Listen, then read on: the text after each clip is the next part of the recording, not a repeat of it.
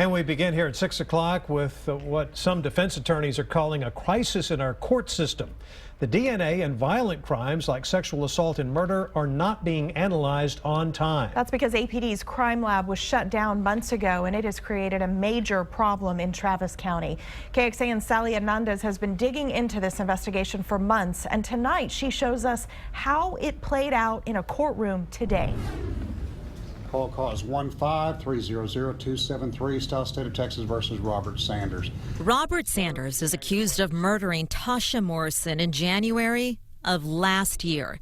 He's been sitting in the Travis County Jail for 628 days and counting. His attorney says he is ready to go to trial to prove he's innocent.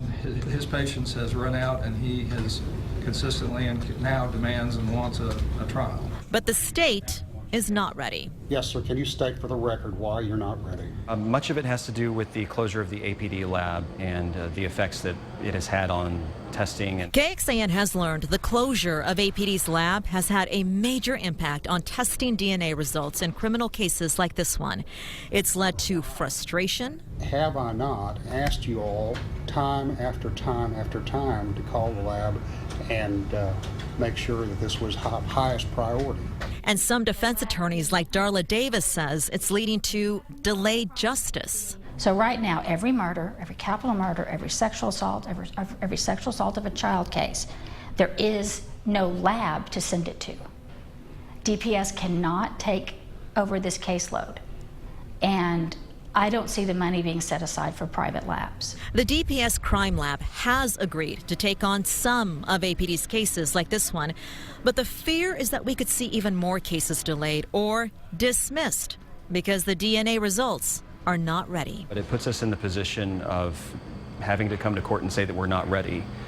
With the prevalence of DNA evidence today in criminal trials, it may not be the most deciding factor in a case, but we definitely want to know whether it has been tested, and I think the juries in Travis County expect that of us. That was Sally Hernandez reporting. This is not the only case being impacted by APD's lab being shut down. A sexual assault case was dismissed just last month because those DNA results were not in on time either. Attorney Darla Davis, who you saw in our report, was that suspect's attorney. She says her client has been waiting in jail for a year because the DNA results were not ready before the case was finally dismissed. But she says the reasons APD's lab were shut down in the first place will have a lasting impact. Anyone who wants violent crime investigated correctly and in a timely manner in Austin should care about the malfeasance that was going on at this lab that required its closure. Malfeasance? Yes. There's no other way to put it. No. And here's exactly what she's talking about. Austin police shut down their DNA lab in early June.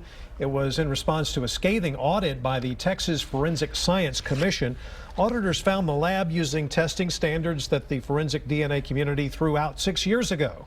They found some chemicals the lab was not using properly and cited evidence in sexual assault cases may have been impacted. And they observed potential carryover contamination in the DNA samples, which some attorneys say calls into question years of DNA results in major criminal cases. And we want you to know we are going to keep pressing APD and DPS for answers. Moments ago, DPS told us they are taking about 20 APD cases per month. The cases are specifically prioritized by police and local prosecutors as the ones that need expediting.